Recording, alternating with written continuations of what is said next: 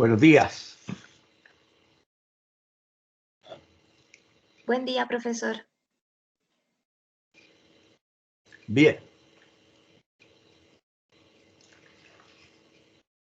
Les recuerdo que tienen que anotarse en el chat para que quede registrada la asistencia.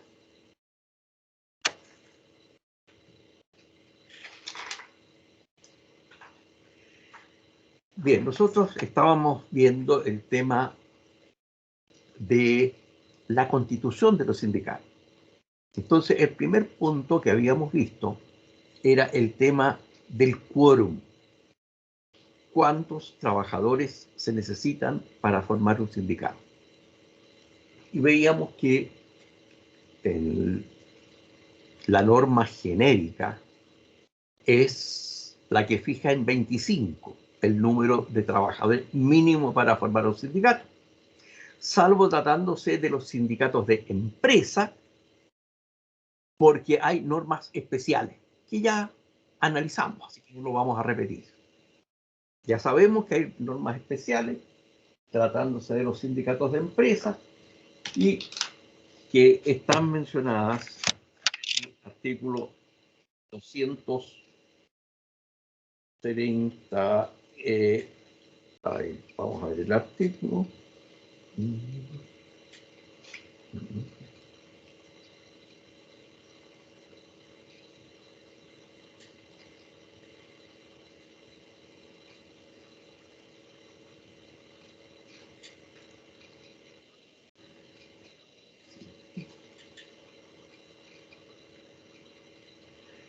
Por 227. Ahí está claramente señalado lo relativo a esta materia. El quórum mínimo para constituir sindicato.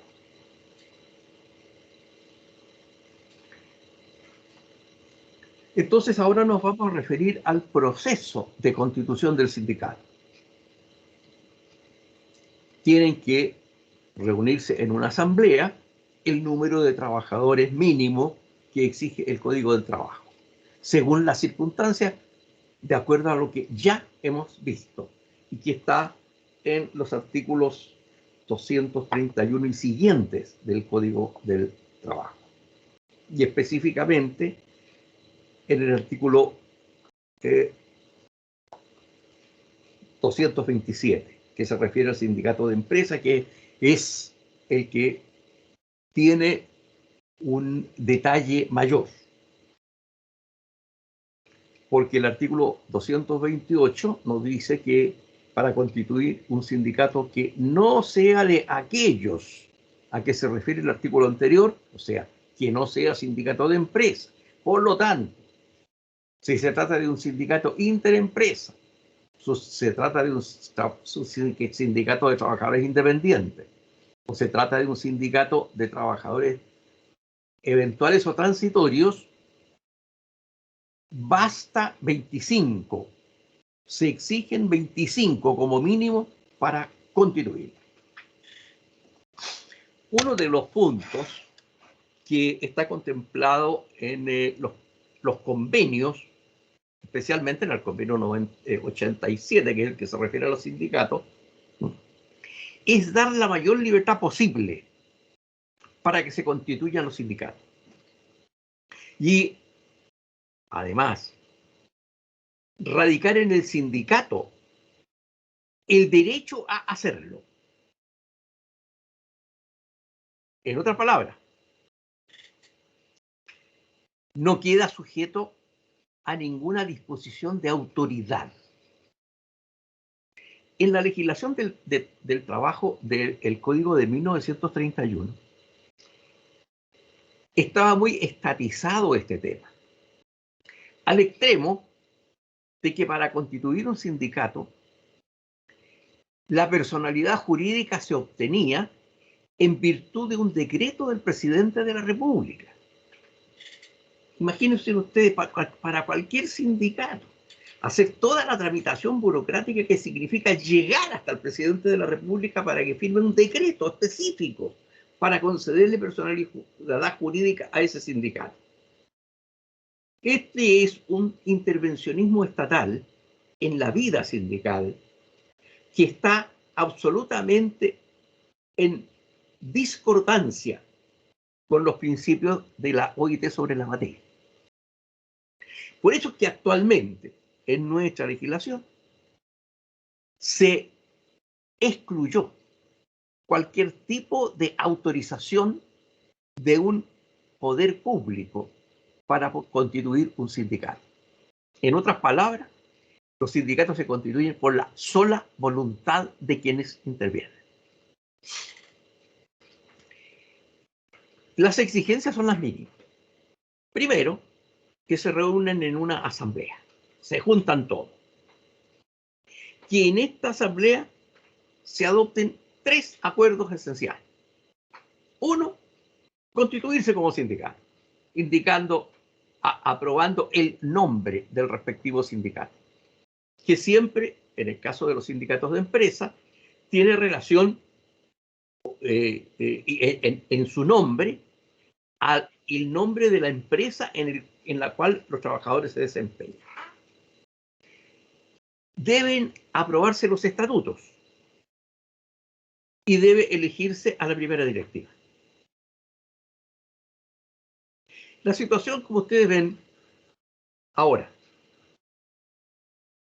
la exigencia es que esté presente un ministro de fe. Ministro de fe que puede ser un inspector de la Dirección del Trabajo, un funcionario de la Dirección del Trabajo que esté comisionado para tal función, un notario, y además se contempla la posibilidad de que oficial del registro civil también pueda hacerlo, pero eso es prácticamente aplicable a los lugares donde no hay notario y no hay inspección del trabajo. De tal manera que lo que en la práctica ocurre es que es o inspector del trabajo o un delegado de la inspección del trabajo, funcionario de la inspección del trabajo, o un notario. ¿Cuál es la diferencia entre optar por un notario o por un funcionario de la Dirección del Trabajo? Que el funcionario de la Dirección del Trabajo no cobra. En cambio, el notario cobra el respectivo arancel.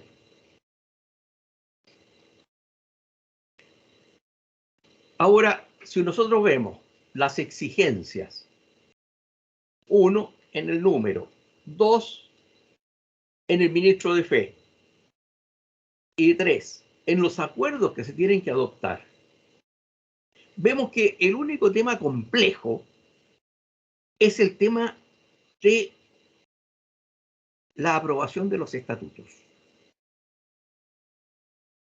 Porque los estatutos son el instrumento fundamental para el funcionamiento del sindicato. Porque allí, en el estatuto, se indica qué es lo que el sindicato va a hacer.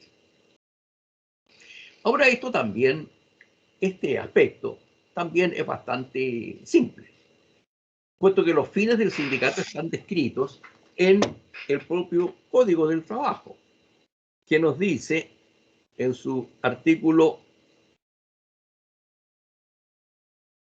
220, indica cuáles son los fines principales de las organizaciones sindicales. Y tiene un listado largo,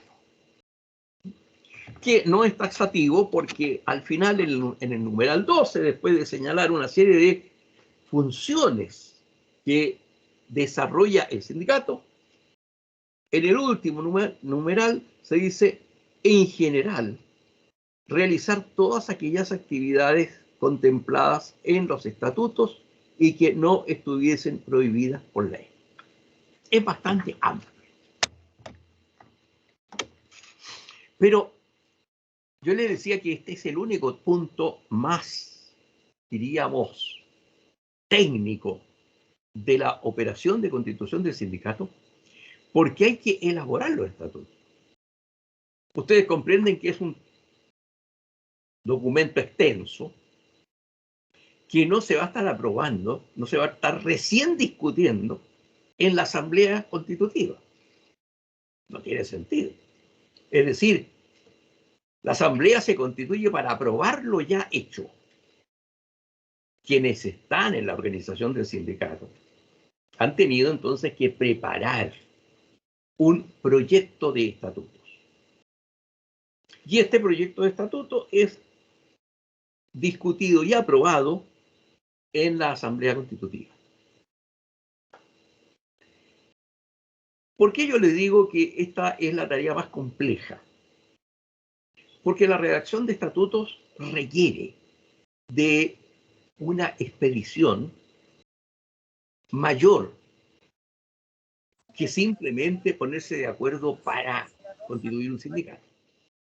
Es decir, los estatutos deben señalar los puntos mínimos que establece el propio Código del Trabajo, cuando nos señala que el estatuto, el artículo 221, nos dice que el estatuto del sindicato deberá contemplar los requisitos de afiliación, cómo se ingresa, la desafiliación, cómo un trabajador sale del sindicato, derechos y obligaciones de sus miembros, los requisitos para ser elegido dirigente sindical, los mecanismos de modificación del estatuto, el régimen disciplinario interno y la clase y denominación del sindicato que lo identifique. Y una cosa que no es menor, la cuota sindical. Todo integrante de un sindicato tiene que pagar la cuota sindical porque el sindicato se va a financiar solo con el aporte de los afiliados. Bien, entonces ustedes ven que hay una serie de exigencias que no son tan simples y que tiene que intervenir alguien con mayor conocimiento y experiencia de estas materias. El tema lo facilita la Dirección del Trabajo, puesto que hay tipos de estatutos, formularios de estatutos, que solamente corresponde que quienes elaboren los estatutos llenen los espacios. Llenan los espacios. El nombre del sindicato, le ponen el nombre del sindicato.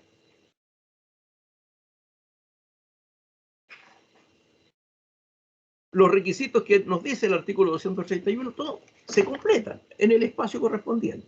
Eso es muy fácil. No puede nadie tener dificultades para constituir el sindicato. Y los dirigentes, quienes sean elegidos directores del sindicato en la misma asamblea, tienen que depositar ejemplares del acta que ha levantado el ministro de Fe, y con esa sola circunstancia queda creada la personalidad jurídica del sindicato.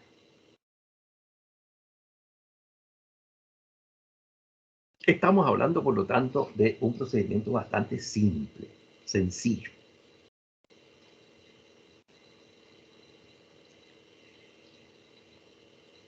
Ahora, sin embargo, y esto que voy a decir no debe confundirse con una autorización, no es eso. La ley establece que la Dirección del Trabajo debe revisar el estatuto después de haber sido aprobada la personalidad jurídica, después de haber sido aprobada, porque es automática, no requiere de ninguna declaración. El solo hecho de depositar los estatutos y inscribir al sindicato en un registro que lleva la Dirección del Trabajo, automáticamente el sindicato adquiere personalidad jurídica. Sin embargo, establece la ley que la Dirección del Trabajo debe hacer una revisión del estatuto de tal manera que puede comunicarle observaciones al sindicato cuando encuentre que los sindicatos no se ajustan a la ley. Como por ejemplo, si estableciera condiciones discriminatorias, por ejemplo, en cuanto a quienes pueden ser elegidos dirigentes. Entonces la Dirección del Trabajo dice, mire, esto se opone, ¿verdad?, a los principios de igualdad, de derechos de todos los trabajadores, etcétera, etcétera, etcétera.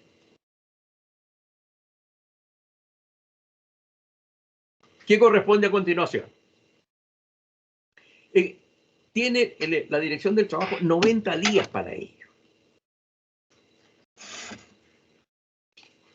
Y eso está, a ver,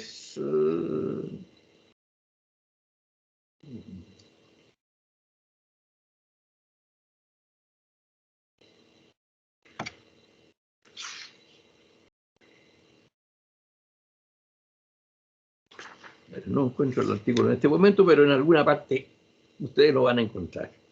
La cuenta, la reforma.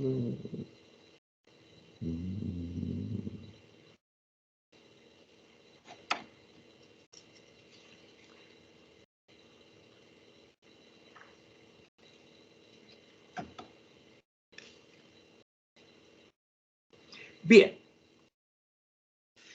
¿Qué sucede cuando la Dirección del Trabajo, en uso de esta atribución y obligación, formula observaciones? El sindicato tiene dos alternativas. Uno, acoger las observaciones y por lo tanto modificar el estatuto. Opción 1. Otra, mantener los estatutos y formular una reclamación ante el juez del trabajo. Y en ese caso, el juez del trabajo va a resolver si está obligada o no está obligada la directiva sindical a acoger las modificaciones que ha hecho valer la Dirección del Trabajo.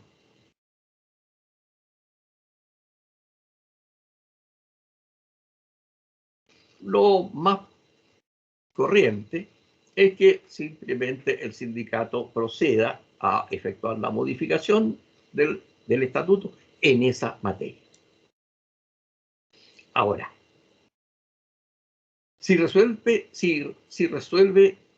recurrir a los tribunales el director y los tribunales fallan en favor de la dirección, ahí están obligados el sindicato a hacerlo y de no hacerlo, caduca la personalidad jurídica.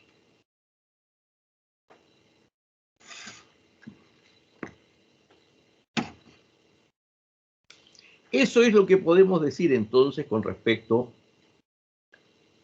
al proceso de constitución del sindicato.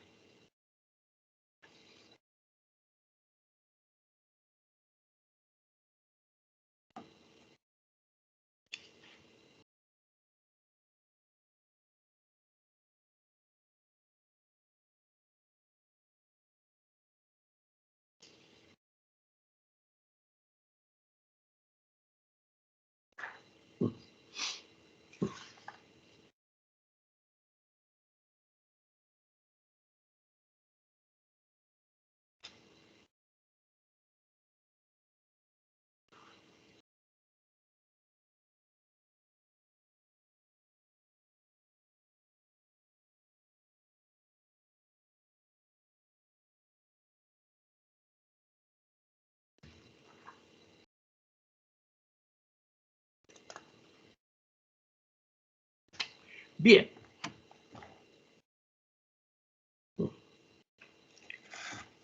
El ente administrador del sindicato es la directiva. De ello nos hablan los artículos 324 y siguientes del Código. Este artículo nos dice que el directorio representará judicial y extrajudicialmente al sindicato.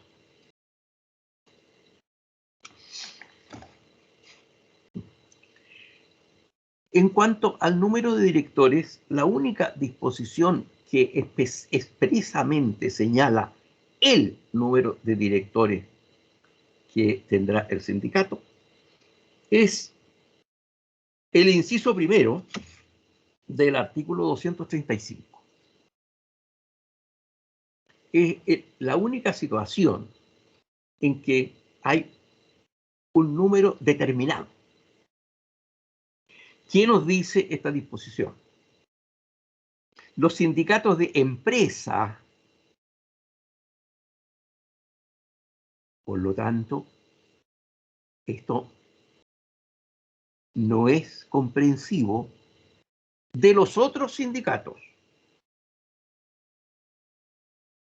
de los sindicatos interempresa, de los sindicatos de trabajadores independientes, de los sindicatos de trabajadores eventuales o transitorios. Solamente los sindicatos de empresa, y no todos.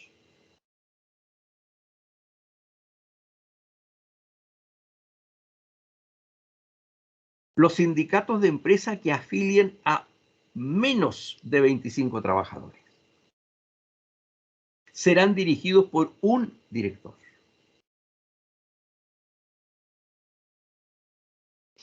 En todos los demás casos, sea de los sindicatos de empresa que tengan más de 25 trabajadores y los otros sindicatos, estará compuesto, dice el inciso segundo del artículo 325, por el número de directores que el estatuto establezca. El estatuto establece el número de directores. Esto es uno de los temas que debió ser abordado en la Asamblea Constitutiva del Sindicato, al aprobar los estatutos. Porque dentro de los estatutos está contemplado este tema, el número de directores que tendrá el sindicato.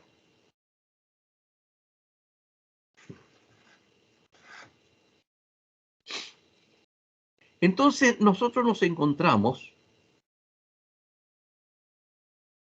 con la siguiente situación. El número de directores lo determina el propio sindicato.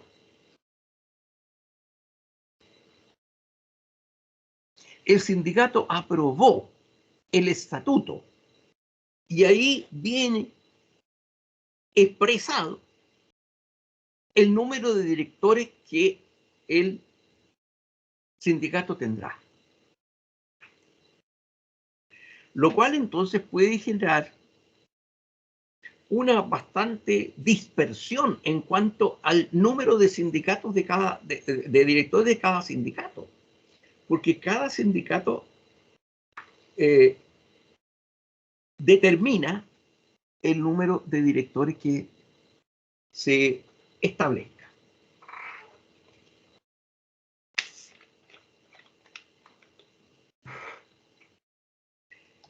Esto naturalmente, que a primera vista, si no se contempla un correctivo, podría llevar a un abuso.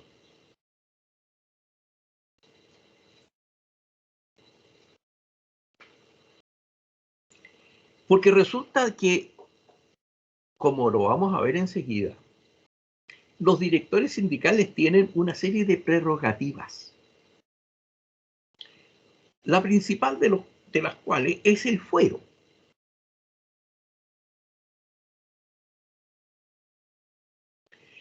Entonces, ¿qué podría ocurrir si dejamos las cosas tal como están, tal como las he planteado?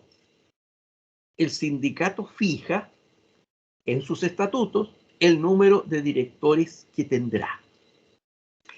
¿Qué situación se podría generar? A ver, Osvaldo Arredondo, ¿está? ¿Está Osvaldo Arredondo? Ya. No está.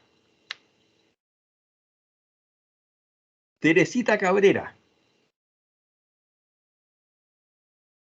¿está? Por segunda vez, ¿está Teresita Cabrera? Ya, no está. Felipe Contreras.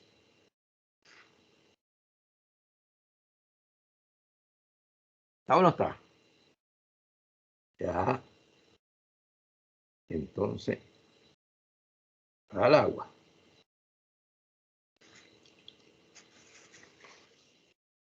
Valentina Escalona. Buenos días, profesor. Ya. Buenos días.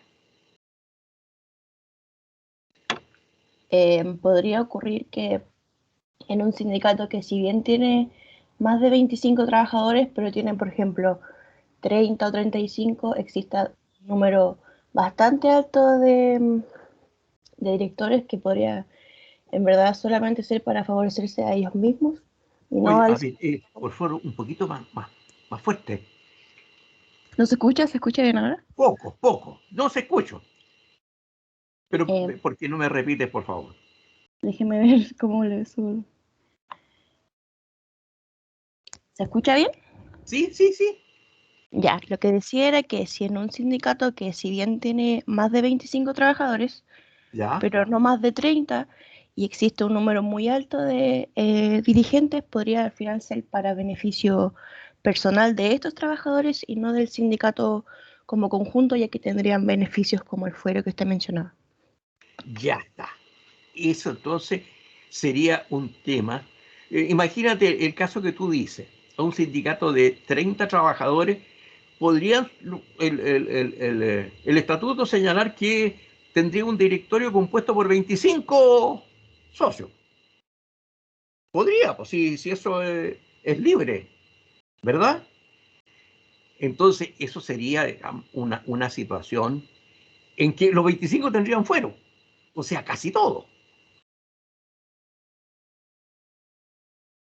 Entonces, Claro. eso hay que corregirlo, ¿verdad? Perdón, ¿cómo te llamas? Valentina Escalona. Ya, Escalona. Valentina, ya. Entonces, Valentina Escalona, ya. Intervino. Ya está. Entonces, por eso es que entonces el código nos dice a continuación que sin perjuicio de lo establecido en el inciso anterior, nos dice el artículo 236, o sea, la libertad del sindicato para fijar el número de sus directores, sin perjuicio de eso, solo gozarán del fuero las más altas mayorías relativas que se establecen a continuación. Y ahí entonces viene una tabla. Si el sindicato reúne entre 25 y 249 trabajadores, 3 directores. Enseguida, 5 directores si son más de 250. 7 directores si son más de 1990, más de 1000. 9 directores si son más de 3000. Bueno, y en caso de que el sindicato tenga, el sindicato tenga lugar, presencia en 2 o más regiones, el número de directores se aumentará en 2. En el caso de que el sindicato tenga más de 3000 trabajadores. Ahí le corresponden 9 directores que, si se da la situación que dice el inciso siguiente, de tener presencia el sindicato en más de una región, se aumenta entonces en 2 el número de dirigentes. Así entonces se evita que puedan tener los derechos propios de los dirigentes sindicales aquellos dirigentes sindicales que no hayan reunido las mayorías que en cada caso se señalan. O sea, si son 3 directores, las 3 más altas mayorías. Si son 5 directores, las 5 más altas mayorías. Y así sucesivamente según está en la tabla de este artículo 235. Entonces, ¿puede el sindicato tener, por ejemplo, en el caso de la letra A, entre 25 y 249 trabajadores? En ese rango, ¿puede tener 5, 6, 7 directores? Sí puede. ¿Todos ellos tienen fuero? No. Porque nos dice la ley, 3 directores tienen fuero. No dice que 3 sean los directores, sino que son los 3 directores, son los que tienen fuero. ¿Y qué pasa con los otros? Son directores. Tienen iguales atribuciones a los 3 que tienen fuero. Solo que no tienen las garantías propias frente al empleador de su calidad dirigencial. Entonces es muy poco frecuente, porque a nadie le va a interesar ser director de un sindicato, tener las responsabilidades de director, tener muchas veces enfrentamientos con la empresa, porque están ejerciendo su función de director y no tienen el respaldo que la ley les otorga a los directores que autoriza el artículo 236. Entonces yo encuentro que es muy poco frecuente, a mí no me ha tocado, por lo menos, conocer situaciones en que existan más directores que aquellos que están amparados por el fuero. Y veremos, no solo por el fuero, porque los directores sindicales tienen otras atribuciones, además del fuero, que veremos ahora.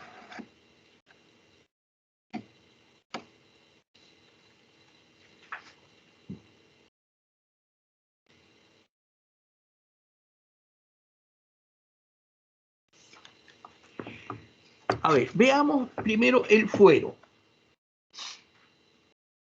El fuero es una especie de escudo del trabajador frente al empleador en los conflictos que se generen entre la empresa y los trabajadores. El artículo 238 se refiere a los trabajadores.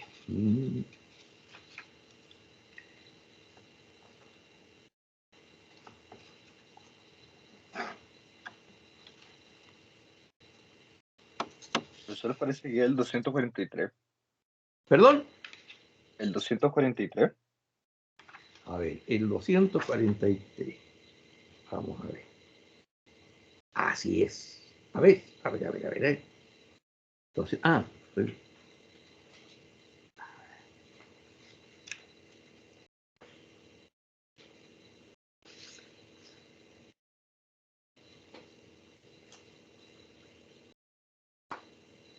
aquí está. El artículo 243. Nos dice que los dirigentes sindicales gozarán del fuero laboral establecido en la legislación vigente. Ya sabemos, ¿verdad?, que no son todos los directores, sino que los que están dentro de la escala que contempla el artículo 235. Dice esta disposición que gozarán de fuero laboral desde la fecha de su elección y hasta 6 meses después de haber cesado en el cargo.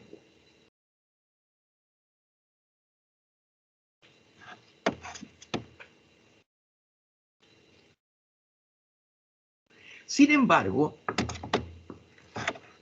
a pesar de que es clara la disposición que nos dice que los directores gozarán de fuero establecido, etcétera, desde la fecha de su elección, lo cierto es que tienen un fuero adicional. Y ese está contemplado en el artículo 238.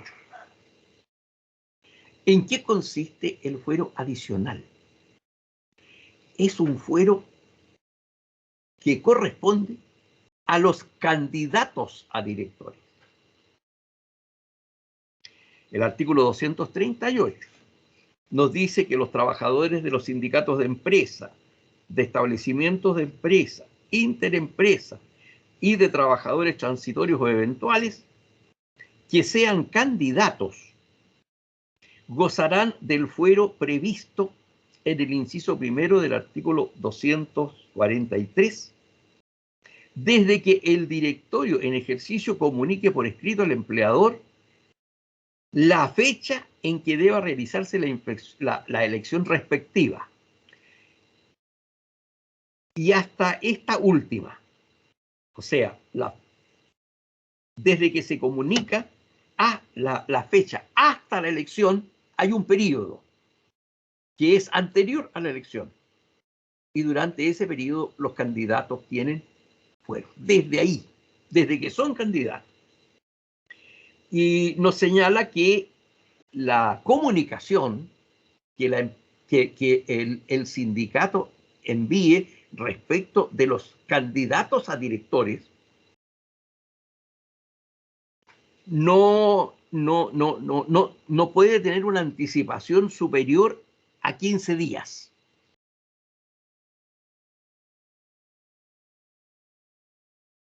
O sea, 15 días antes de la elección, el empleador sabe quiénes son los candidatos y que pueden ser electos. Y por lo tanto, mientras sean candidatos, tienen fuero laboral.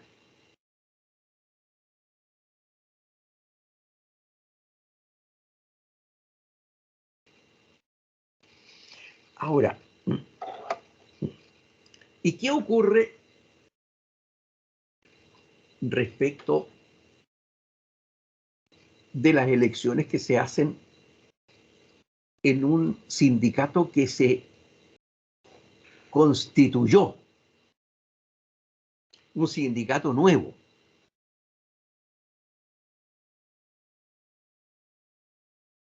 Ahí es imposible que el empleador sepa quiénes van a ser los candidatos, si todavía no se ha hecho la asamblea constitutiva del sindicato. En este caso, ¿rige o no rige la norma sobre fuero laboral? Cuando el sindicato está en curso, o sea, ya está constituido y viene funcionando y cada cierto tiempo, según corresponda, se elige el directorio y se va renovando el directorio. Ahí entonces, en esos casos, para esos casos está legislada esta norma. El directorio que esté en funciones tiene que comunicarle a la empresa, no antes de 15 días, el día de la elección y quiénes son los candidatos. Las dos cosas. La empresa sabe. Pero, en primer lugar, tratándose de un sindicato que se está formando, en ese caso, no hay quien avise que no existe directiva sindical. Y además, el código establece que en la primera elección del directorio, lo dice el artículo 237, serán candidatos todos los trabajadores que concurran a asamblea constitutiva y que reúnan los requisitos para ser director sindical. Esto significa conjugando una situación con otra, de que cuando se constituye el sindicato, todos los trabajadores tienen fuero. Todos aquellos que, de acuerdo con el propio estatuto del sindicato, puedan ser dirigentes sindicales. Y es un fuero retroactivo de hasta por 15 días. Entonces aquí se produce una situación. Durante 15 días, esos 15 días, prácticamente no se puede despedir a ningún trabajador porque están todos con fuero.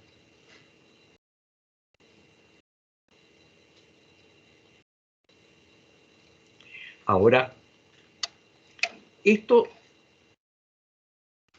generó un tiempo una situación que se denominó la bicicleta.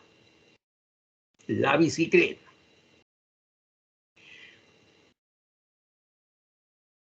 En qué se parece la situación que se generó a la bicicleta, al funcionamiento de la bicicleta. Una bicicleta se mantiene en la vertical mientras está en movimiento, con el pedaleo. Deja de pedalear, llega un momento en que pierde la velocidad, ¿no es cierto? Bueno, y se va para cualquier lado. ¿Cómo se mantiene firme la bicicleta caminando? Pedaleando. Siempre pedaleando. Entonces, más de algún sindicato inventó la bicicleta para tener fuero permanente. Todos. ¿Cómo? Hay sindicatos vivarachos. Los trabajadores no son nada pasados por la cola del pavo.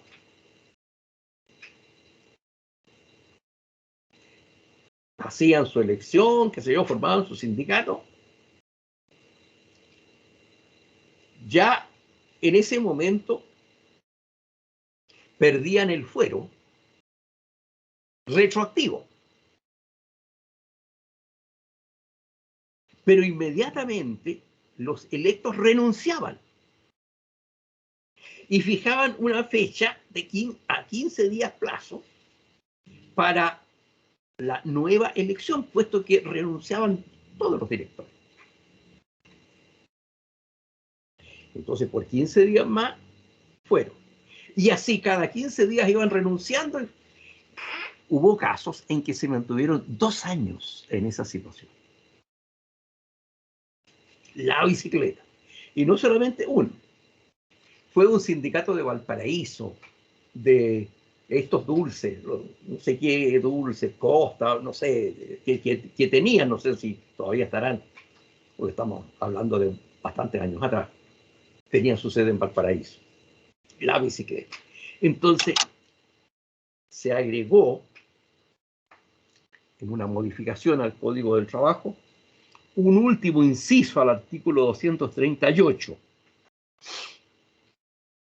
En una misma empresa, dice este inciso, los trabajadores podrán gozar del fuero a que se refiere este artículo solo 2 veces durante cada año calendario. Entonces, durante 2 oportunidades pueden hacer la bicicleta, pero no puede ser eterna. Ya a la tercera vez, los que habían estado en los listados anteriores ya no podían repetir la gracia. Y así entonces se terminó con el juego de la bicicleta.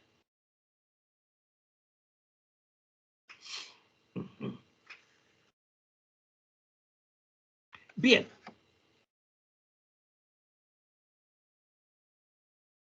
El fuero consiste en, como atributo principal, lo que nos señala el artículo 174, que es general a todos los fueros laborales. El 174. El artículo 174 nos dice el contenido esencial del fuero. En el caso de los trabajadores sujetos a fuero laboral, el empleador no podrá ponerle término al contrato sino con autorización previa del juez competente. Se refiere a todos los fueros laborales, ¿ya? Incluyendo no solamente de los dirigentes sindicales. Recordemos que la mujer en estado de maternidad, prenatal, postnatal, etc., tiene fuero. No puede ser despedida. Y hay otros trabajadores que tienen fuero. Un integrante del Comité Paritario de Higiene y Seguridad también tiene fuero. El artículo 174, entonces, se refiere a todo tipo. Es decir, el fuero laboral es aplicable a varios tipos de trabajadores. Bueno, entonces, autorización previa del juez. La verdad es que pareciera que es una gestión más bien administrativa que judicial, porque indica que se requiere autorización del juez. Una solicitud que se le da al juez que autorice el despido de fulano de tal. No es eso. La autorización judicial se otorga en virtud de sentencia judicial dictada en el juicio de desafuero que inicia el trabajador, el empleador que quiere despedir al trabajador. Es un juicio de desafuero con todas las instancias que tiene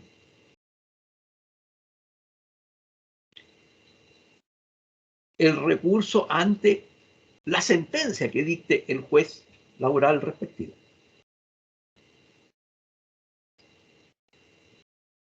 No es entonces un simple visto bueno, qué sé yo, una mosca.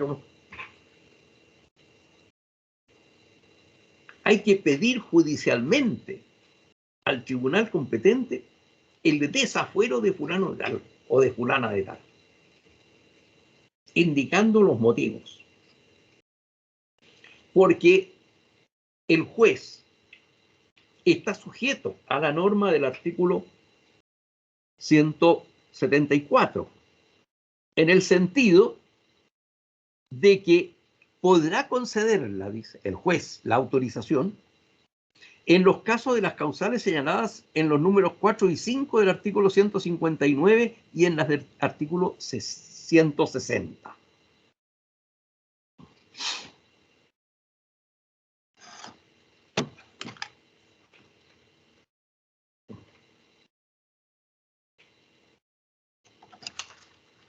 En los números 4 y 5 del artículo 159, que es el vencimiento del plazo y la conclusión del trabajo o servicio que dio origen al contrato. Los contratos, ustedes saben, pueden ser a plazo fijo o pueden ser para una obra o servicio determinado. Entonces, el juez puede dar autorización de despido de un trabajador con fuero si se cumplen estas dos condiciones.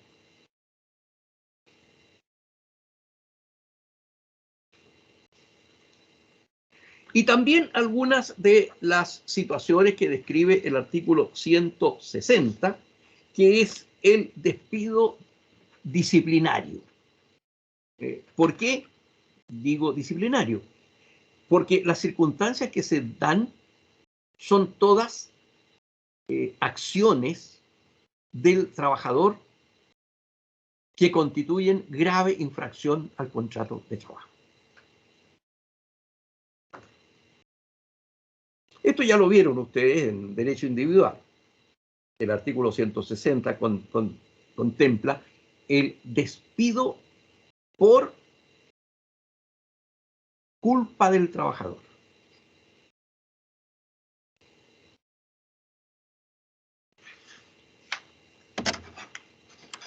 Ahora, ¿y cuál es, en líneas generales, la posición de los tribunales frente al desafuero? Desde luego, el motivo que invoque el empleador para despedirlo tiene que ser alguno de estos, no otro. Así, por ejemplo, no puede ser despedido por necesidades de la empresa. Ahí el tribunal tiene que negar la autorización de desafuero. Tiene que ser algunas de las conductas que aquí están expresamente contempladas. Pero además, se ha hecho presente que el juez no está obligado a otorgar el desafuero aun cuando se le acredite alguna de esas circunstancias. ¿Por qué? Porque el propio artículo de 174 nos dice que la autorización previa del juez competente, quien podrá concederla, no deberá concederla. Podrá concederla en estas situaciones. De tal manera que, acreditada la circunstancia invocada por el empleador, acreditada, el juez tiene que hacer ahora otro juicio. No solo determinar que esa conducta se produjo, sino que si eso amerita el desafuero o no amerita el desafuero, según su criterio, porque podrá.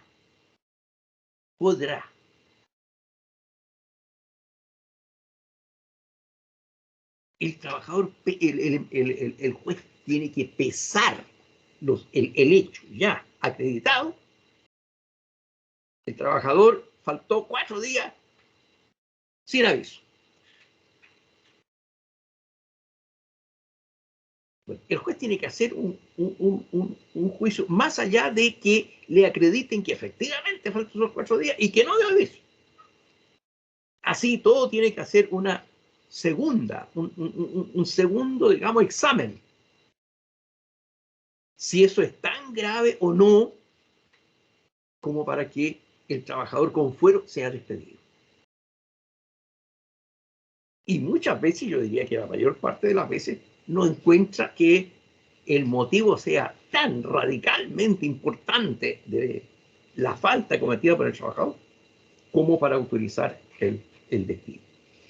Esto se ve mucho especialmente en el caso de la mujer trabajadora, el fuero materno.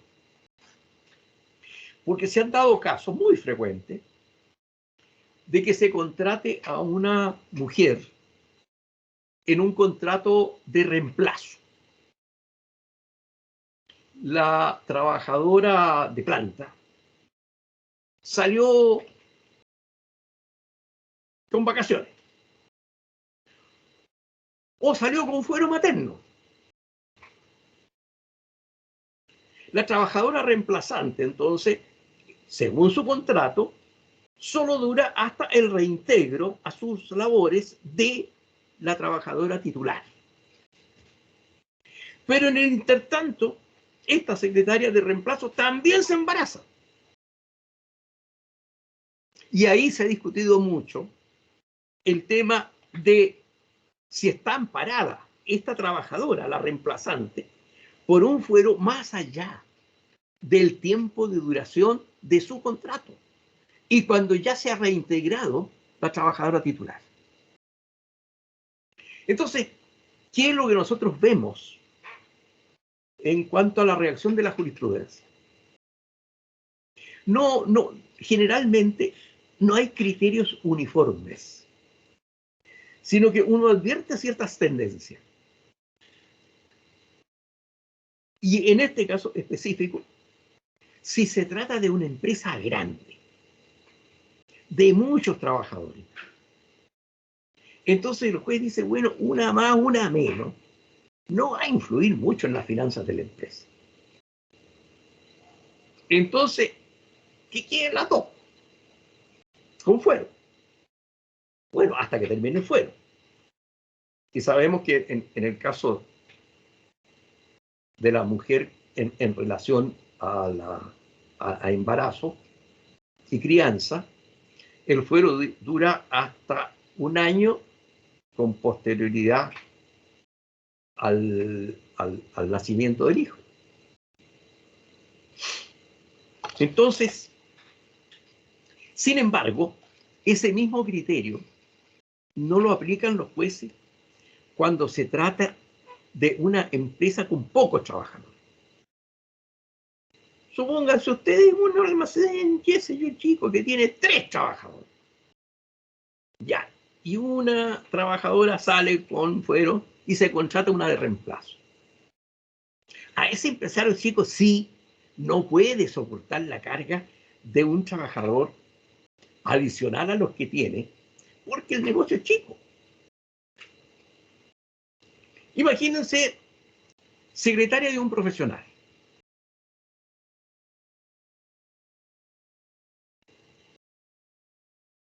¿Qué va a hacer la secretaria cuando se termine el tiempo de su reemplazo y haya reincorporado la titular?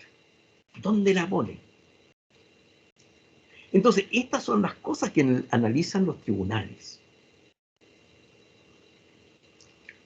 Y ven entonces que ahí la carga para el empleador sería muy fuerte. Si tiene que mantener a esta trabajadora que contrató por un periodo muy breve, corto, de solo reemplazo de la titular, tenga que mantenerla hasta que tenga la guagua y un año después. O sea, un contrato por 3 meses puede extenderse a 3 años. O 2 años, qué sé yo. Así es como se cuecen las papas. Bien.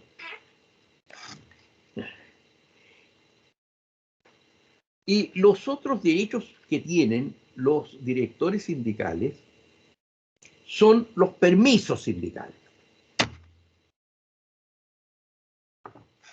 que son, y se le cambió incluso, así se denominaban hasta no hace mucho tiempo, los permisos sindicales. Ahora se llaman horas de trabajo sindical.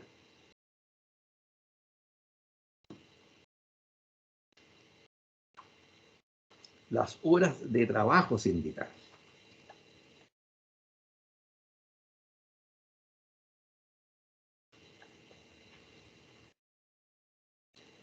Y esto está determinado por el número de trabajadores de la empresa. Entonces pueden ser 6 horas semanales o bien 8 horas semanales.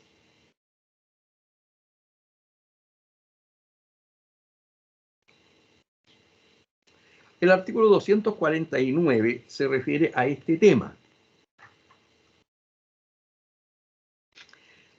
Los empleadores deberán conceder a los directores y delegados sindicales las horas de trabajo sindical necesarias para ausentarse de sus labores con el objeto de cumplir sus funciones fuera del lugar de trabajo, las que no podrán ser inferior a 6 horas semanales por cada director, ni a 8 horas tratándose de directores de organizaciones sindicales de 250 o más trabajadores.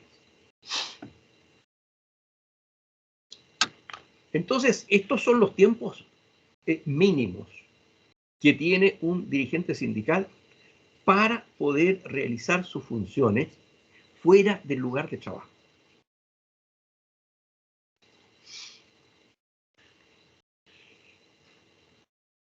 Estas horas de trabajo no las paga el empleador, las descuenta de la remuneración del trabajador. Sin embargo, tienen derecho a mantener lo que perciben por remuneración, pero financiado por el sindicato.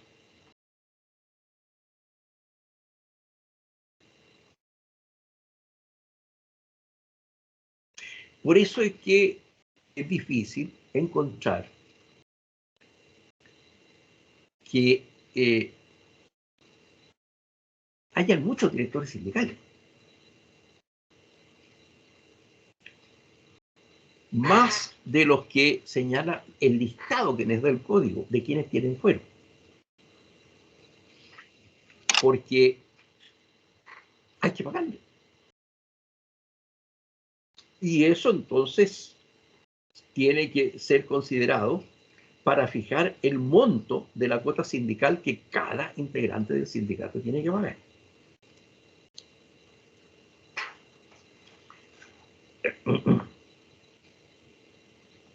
Ahora, una de las cosas que es posible es la acumulación de los tiempos. En primer lugar, el tiempo de cada director puede distribuirlo dentro del mes. De tal manera que puede no hacer ninguna gestión durante una semana y a la semana siguiente hacer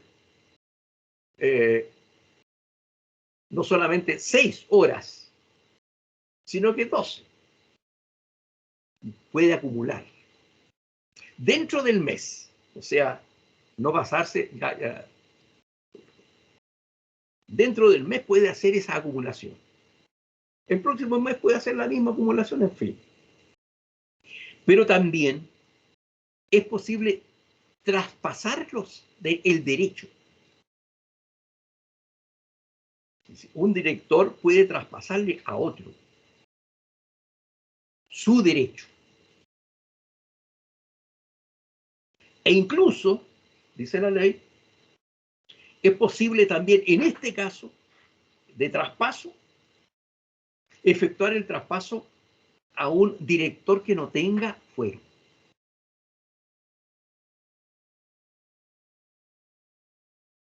La situación no afecta al empleador. Porque esta persona, claro, no va a trabajar porque le cedieron el permiso, pero no le va a pagar, le paga el sindicato. Y enseguida tenemos a permisos más largos. Desde luego,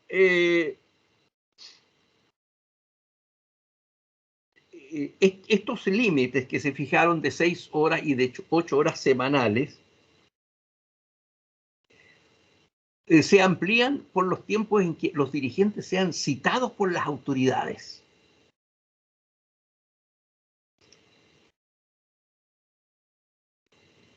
Entonces, este es un tiempo adicional.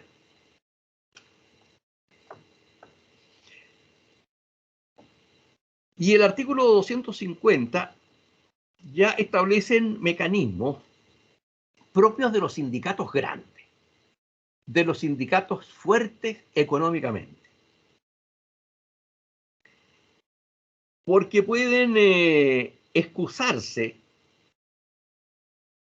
de acuerdo con lo que señalen los estatutos, que lo permitan los estatutos del sindicato, podrán conservar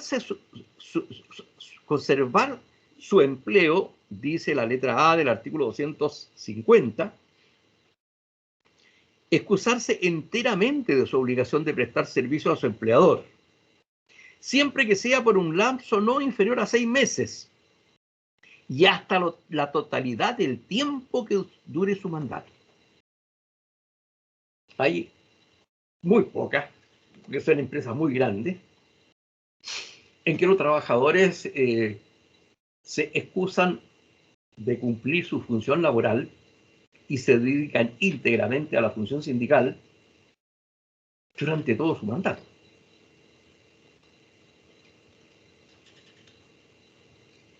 Tienen que contar con la autorización del, del sindicato para ello. Y eso significa, obviamente, un costo para el sindicato.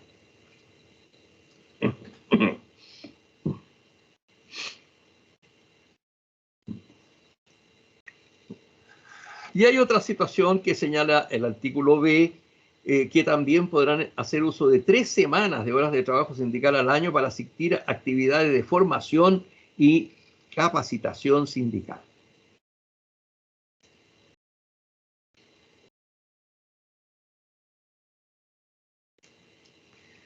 Y el artículo 251 permite otra excepción, otra situación especial.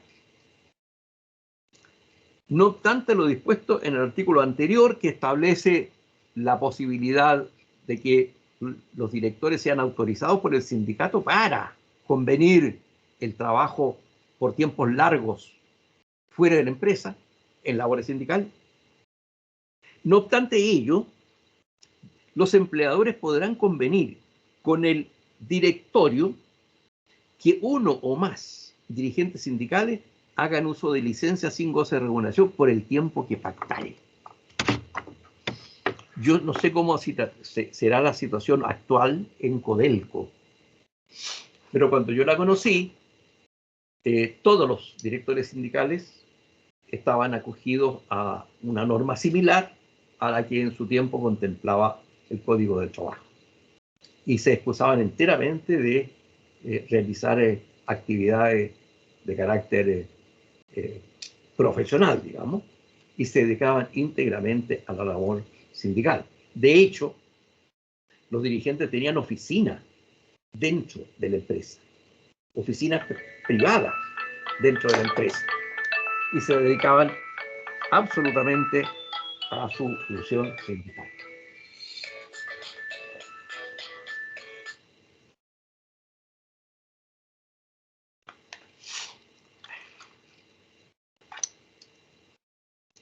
Bien, entonces,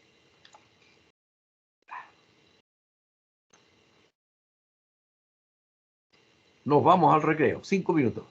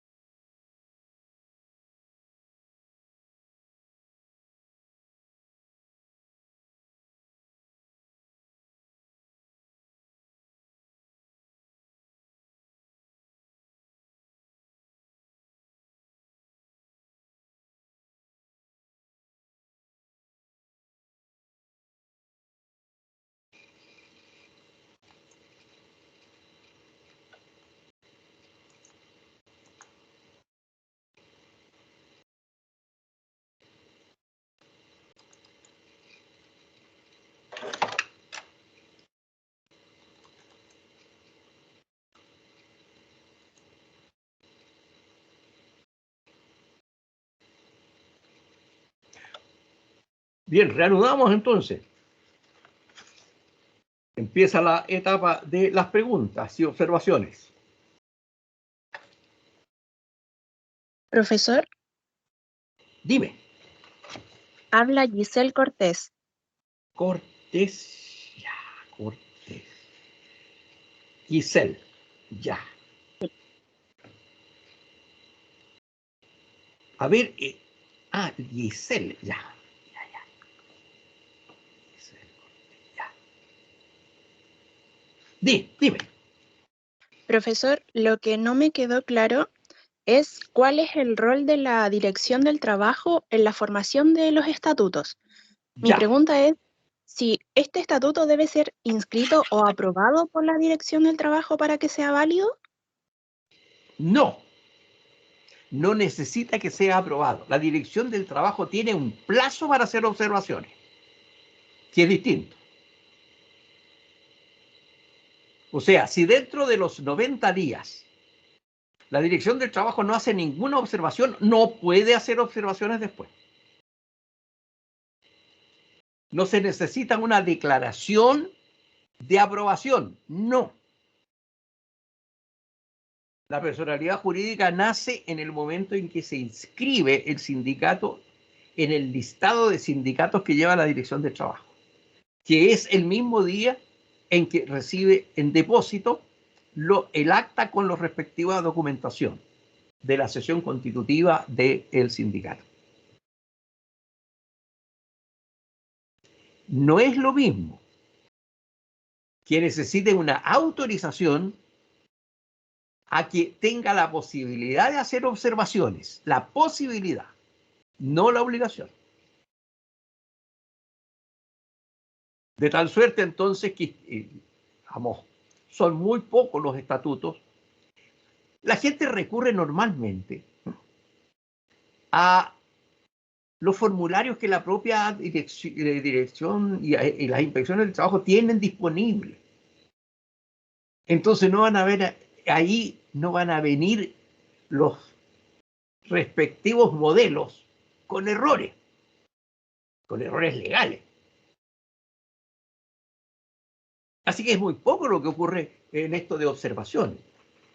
De tal manera que los sindicatos están constituidos, la personalidad jurídica está dada en ese momento y los trabajadores, el sindicato empieza a funcionar como tal.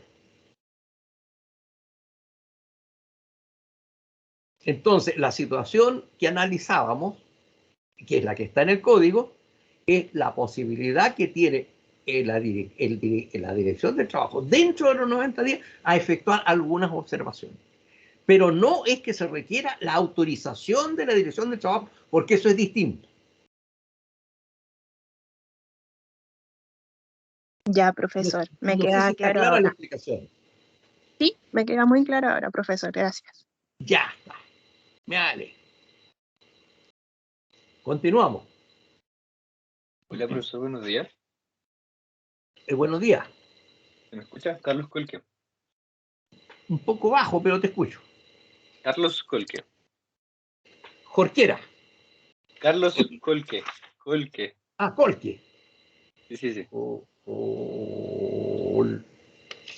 Carlos Colque, ya. Dime. Sí. Profesor, en relación al fuero adicional que gozan los trabajadores, me quedó la duda en relación a si había un límite, porque por lo que entendí, el fuero era de los candidatos, pero habría como un límite máximo como de la modificación de los directores de los estatutos, o eso es discrecional. A ver, no te entiendo bien la pregunta.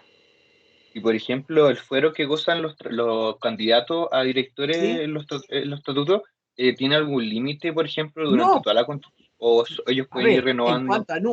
en cuanto a número, los sindicatos pueden ser muchos.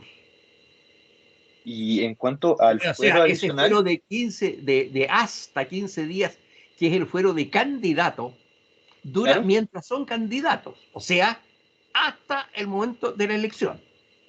Si salen elegidos, entonces ahí adquieren el fuero de directores, no de candidatos. Y los candidatos que no fueron elegidos lo pierden porque ya terminó su calidad de candidato. Ya. Entonces, para la figura que se presentaba antes de la bicicleta que mencionó, era precisamente la misma utilización de esto, que no había como un límite para que ellos elegían candidatos y después eliminaban esos candidatos y volvían a postular a alguno. Exactamente, porque cuando no hay sindicato y se va a formar un sindicato, no existe la posibilidad de que al empleador le avisen con 15 días antes que va a haber elección de candidato, elección de directorio. Es imposible, si no hay sindicato. ¿Quién va a dar el aviso? Si el aviso tiene que darlo el directorio en curso. Por eso es para un sindicato que ya esté en su pleno desarrollo, cuando tenga que renovarse la directiva, y así sucesivamente. Cuando termine esa directiva y tenga que renovarse, va a tener que hacer la misma historia, y así en todas las elecciones que tenga el sindicato. Ya, profesor. ¿Y la elección de directores de los estatutos y el sindicato, eso no tiene límite de algún límite? ¿Ellos pueden renovar cuantas veces quieran? Sí, sí. Ya, así muchas gracias, es. profesor. Bueno, el tema de la reelección de los directivos es un tema bastante discutible. No está considerado en la legislación del trabajo. Tampoco está considerado, salvo que lo puedan establecer los estatutos. Porque la ley del sindicato es el estatuto.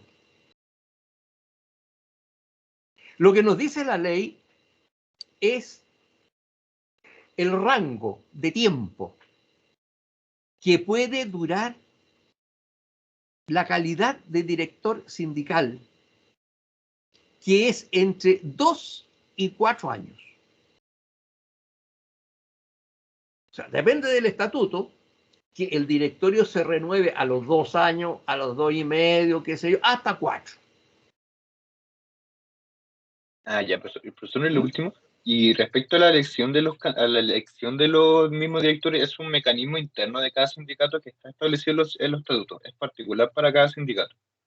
No. Las normas de elección están establecidas en el Código de Trabajo, que son las que yo les indiqué. Es decir, tienen que presentarse las candidaturas. La elección tiene que ser secreta, informada, ante el ministro de Fe. Eso no lo pueden saltar los sindicatos porque está en la ley. Ya, profesor, muchas gracias. Ya, no hay por qué. Seguimos entonces. Profesor, ¿Sí? buenos días. Buenos días. Tenía una consulta. Pero, Mire, ¿tu nombre? Ivania Barra. Barra. Ya. Ivania. Dímelo.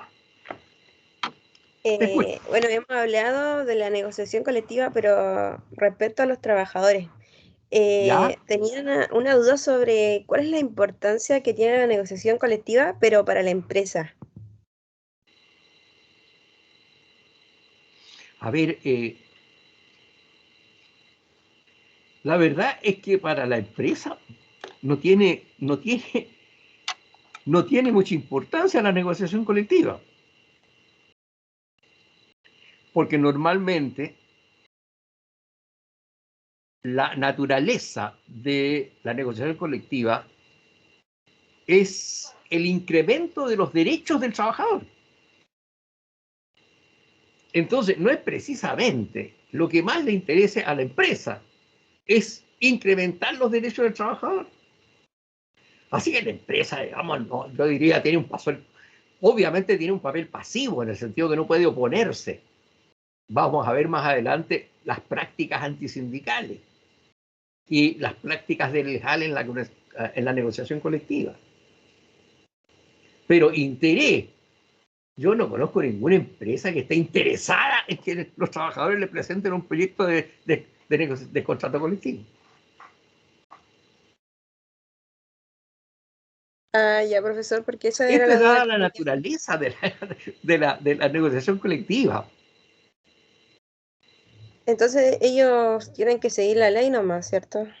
Obvio. Ya, profesor, muchas gracias. Así, sí, eso es un derecho de los trabajadores. Está, diríamos que dentro del el rango general de los derechos, está entre los, entre los, está, digamos, en el centro del derecho del trabajo. Esto de que el trabajador pueda pedir mejores condiciones que las que tiene. Es del trabajador el interés. Eso es lo que el legislador recoge.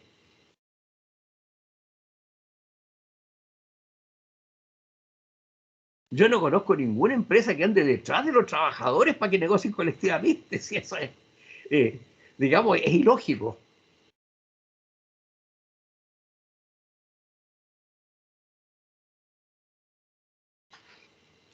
Profesor, ¿Sí? tengo una duda respecto a ¿Tu cuando... nombre? Mi nombre es Mariela Benjamin. ¿Mariela? ¿El Benjamin, apellido? con B alta. Benjamin, Benjamin, ya. Mariela sí, Benjamin Chávez. correcto. Ya. Dime. Profesor, se me genera una duda cuando usted hablaba con respecto a este tema de la bicicleta y esas cosas. Ya.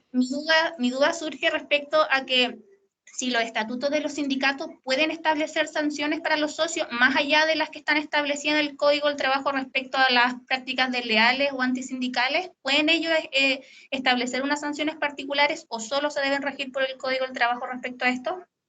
No, pueden establecer sanciones. Claro, claro. Ahora, el tema es que sean sanciones razonables. O sea, eh, que no interfieran con los derechos fundamentales que el trabajador tenga. ¿A qué me refiero? No pueden establecerse sanciones porque opina distinto, por ejemplo, o que porque vota en, por ejemplo, a ver, si el directorio propone un arreglo con la empresa en tales condiciones y hay trabajadores que votan en contra, están en su derecho. De esas cosas se votan. Entonces, una cosa así no podría ser establecida como infracción sancionable por el sindicato. Y ahí sí que tendríamos la observación de la Dirección del Trabajo para que lo corrija. Ya, profesor, entiendo. Muchas gracias. No hay por qué.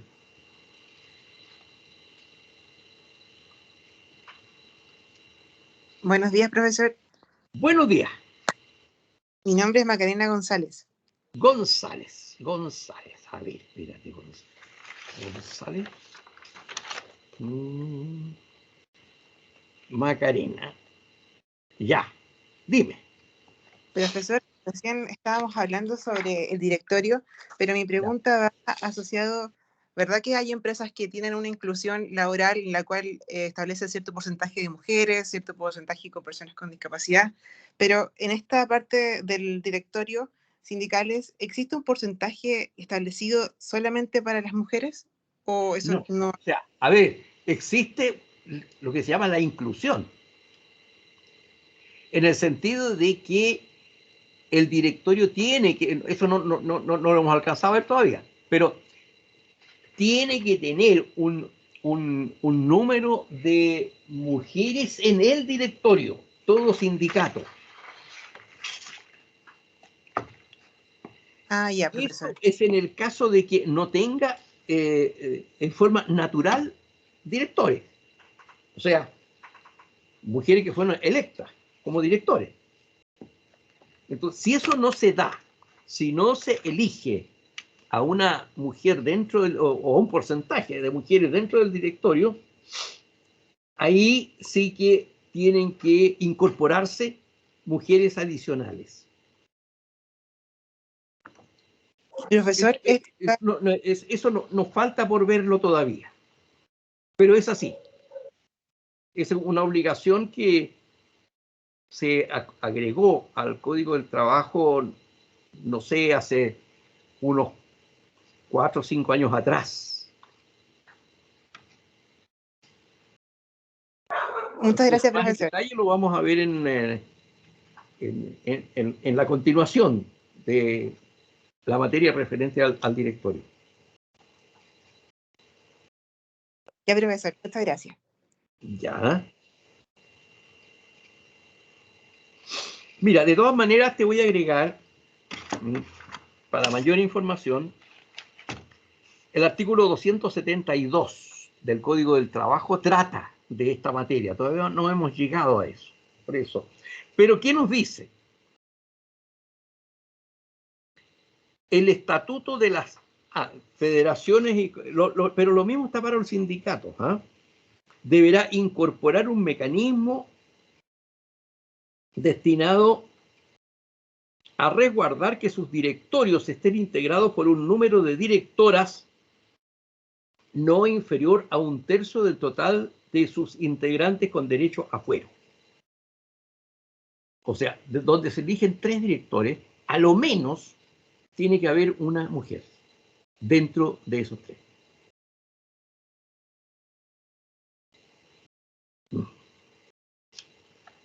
Ok, profesor. Entonces está contemplado en el artículo 272. Claro, ahí está para la federación y confederación, pero lo mismo está para los directores. Ya. Okay. Muchas gracias.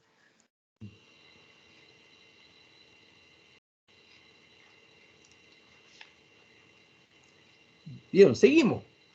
Todavía alcanzamos un poco más.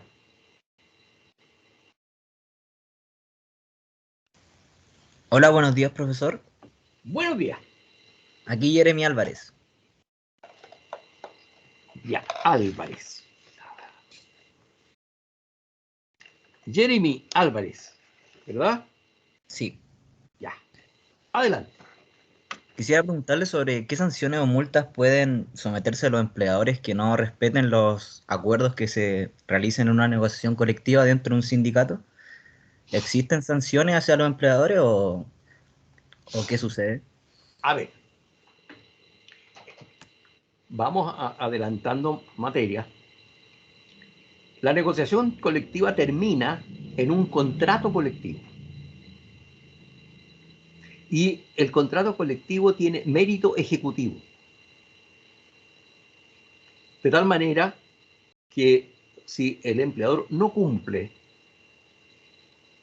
el sindicato tiene la vía ejecutiva para exigir el cumplimiento forzado de la obligación.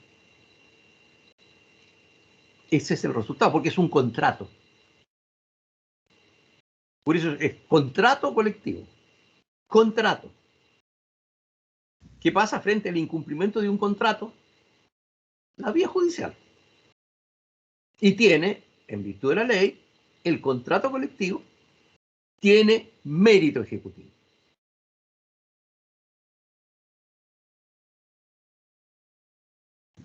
Esa es la sanción. Vale, gracias. Bueno, ya estamos llegando al final de la clase. A ver, sí. Mi nombre es Roberto Ávila. Ávila.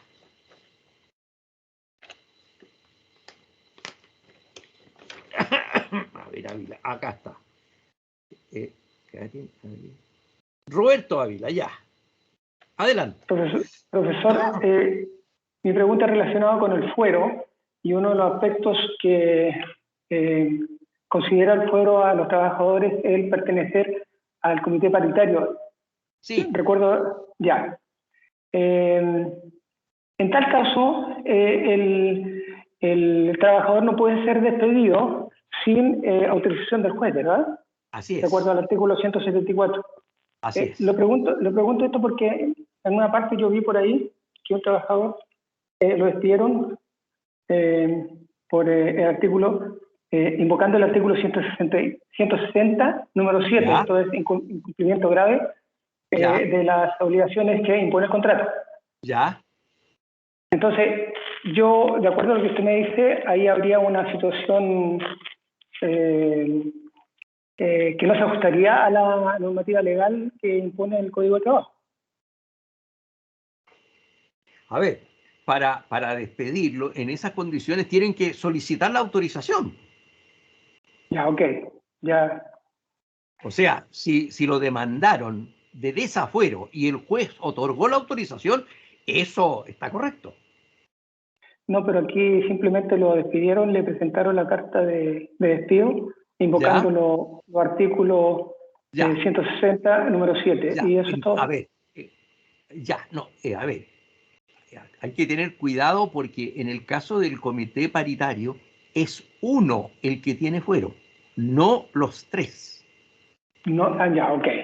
¿Y ese debe ser la persona que, digamos, está a cargo del comité o el principal? O sea, el presidente, o sea, el más votado. Ah, ya. Él tiene fuero, el resto no. Uno solo, no todos, uno solo. Ya, ok. Gracias, profesor. Esa era mi consulta. Muy bien. Entonces nos despedimos hasta la clase de las próximas semanas. Hasta luego, profesor. Hasta luego. Hasta luego, profesor. Gracias. Hasta luego. Hasta luego. Chao, hasta luego. Hasta luego, profesor. Hasta luego.